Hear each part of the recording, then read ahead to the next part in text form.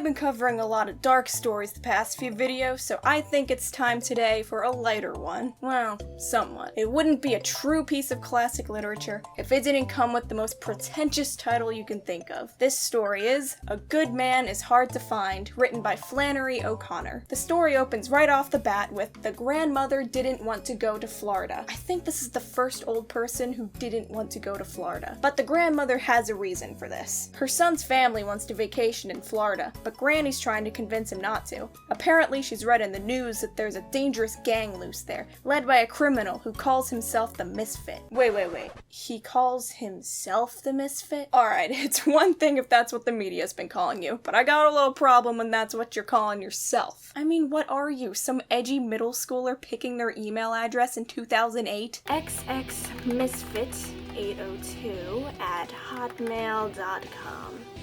The grandmother's son's name is Bailey, and he has a wife and 2 kids, a boy and a girl named John Wesley and June Starr. I don't know why they have different last names or 2 first names, whatever the hell that's supposed to be. This is yet another short story with weird names. I literally cannot escape them. Oh, and I think there's a baby too, but whatever. And they're all dead set on going to Florida.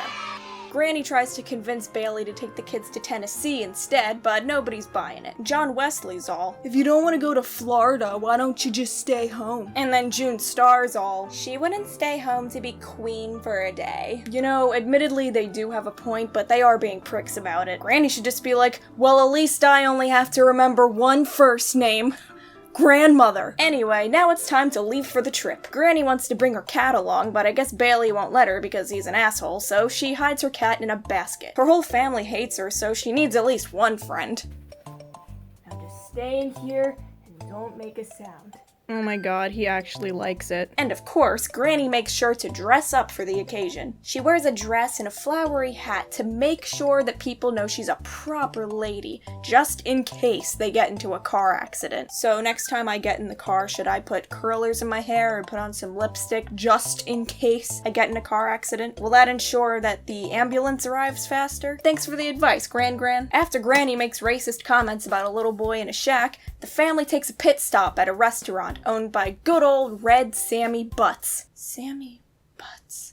So the family sits down, puts their order in, and Granny gets to talking to Red Butt, who they conveniently just refer to as Red Sam in the narration, because even O'Connor knew it was a silly name. I understand, I've come up with stupid names for characters too. We don't talk about that. But we usually change the name when we realize how stupid it sounds. I don't know. Red Butt starts complaining about how people are untrustworthy, and Granny can relate to this since she's still all paranoid about running into the Misfit, and let's be honest, her family fucking sucks. She asks Red Butt and his wife if they've heard of the Misfit, and they have, because they're afraid that he's gonna rob them. Believe me, I don't think even the Misfit wants your butt money. Red Butt remarks, "A good man is hard to find." Pretty sure the only point of this scene was for that title drop. So they get back in the car, and Granny takes a nap, and keeps waking herself up with her own snoring. Pfft, some proper lady you are. So along with this bullshit, the kids are playing obnoxious games in the back seat and smacking each other, and Bailey's just up in the front seat fuming and screaming at everyone. What a pleasant trip. As they continue their way through Georgia, Granny suddenly remembers an old plantation she visited there and grows nostalgic for it. She suggests that Bailey stop there along the way, claiming that it would be a super fun learning experience for the kids. But then she remembers that these kids are annoying shitheads, so she lies and says that the house has some secret panel to make it sound cooler. The kids start screaming and begging for their dad to take them to see the plantation. And then John Wesley kicks his dad's seat so hard that he can feel the blows to his kidney. Damn, that kid's got a strong foot. So Bailey's like, "Alright, we'll go see the house if it'll get you all to shut the fuck up." But then, in a fit of horror, Granny remembers that the house was actually in Tennessee, not Georgia, where they currently are. God damn it, Granny, that was kind of an important detail. I mean, how do you mess something like that up? The realization is so horrific for Granny that she thrashes her feet around and scares the shit out of her cat,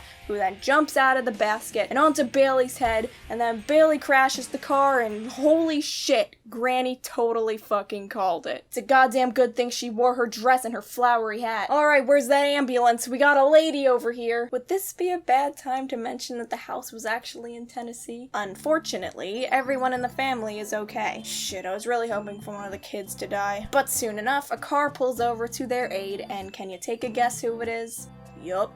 It's the Misfit Gang. Granny blurts out that she recognizes the Misfit. Good going, Gran. God, she's such an idiot. Bailey says something to her. We don't actually get to know what he said because O'Connor likes to arbitrarily leave out details even when they're important, but it makes her cry. The Misfit tries to console Granny, telling her not to get upset. Damn, I think the Misfit has more class than Bailey, her own son. I think Bailey and his family are the real Misfits.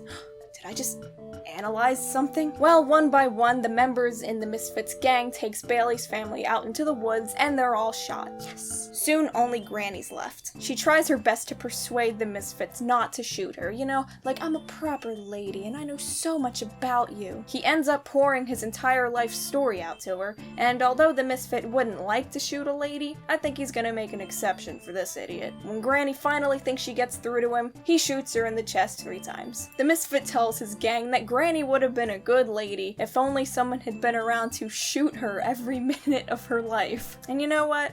She was fucking grating, so I agree. I honestly feel like the Misfit did the world a favor by killing this family. I mean, Bailey was a douchebag who just screamed at his mother and his kids all the time. The mom, whose name I don't even care to look up, was pathetic and just sat there. The 2 kids were little shitheads, and Granny was a pretentious bitch and a complete moron. A good man is hard to find.